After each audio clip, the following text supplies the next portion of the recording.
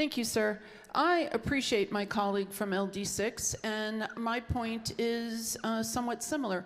Gun violence has once again torn families and communities apart, and this time the Buffalo shooter's own writings indicate racial motivation.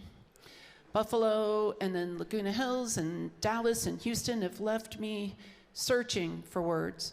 I'm struggling today as a legislator. So much of who I am literally is how I move through this world as a result of gun violence.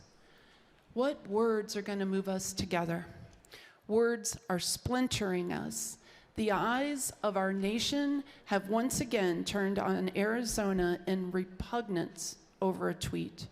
Our Senate colleagues will examine the intent. Some will argue its meaning, but this tweet has been tied to the notion of false flag operations. Rhetoric like this tweet is not mere words.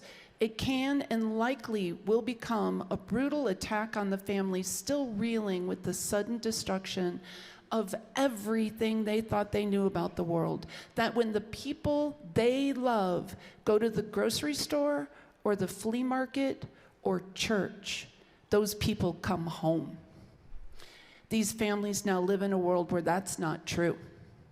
These families who are struggling to plan funerals or adjusting to a new unexpected life because of a bullet, now they are being besieged by those who fall for the false flag narrative.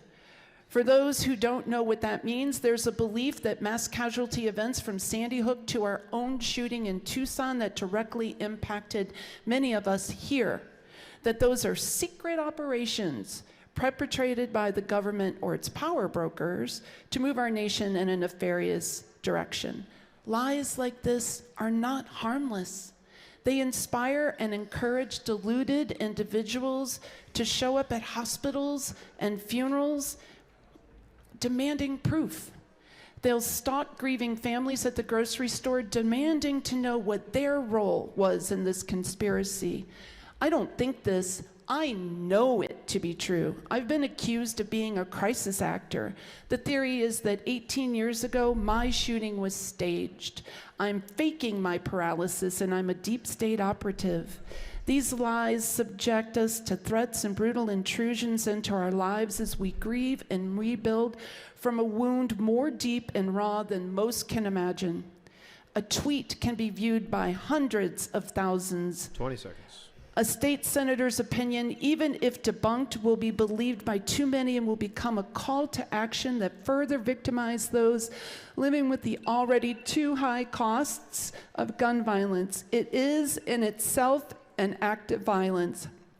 It's repugnant and horrific and must be condemned by every true patriot of our nation. Thank you, Mr. Speaker Pro Tem.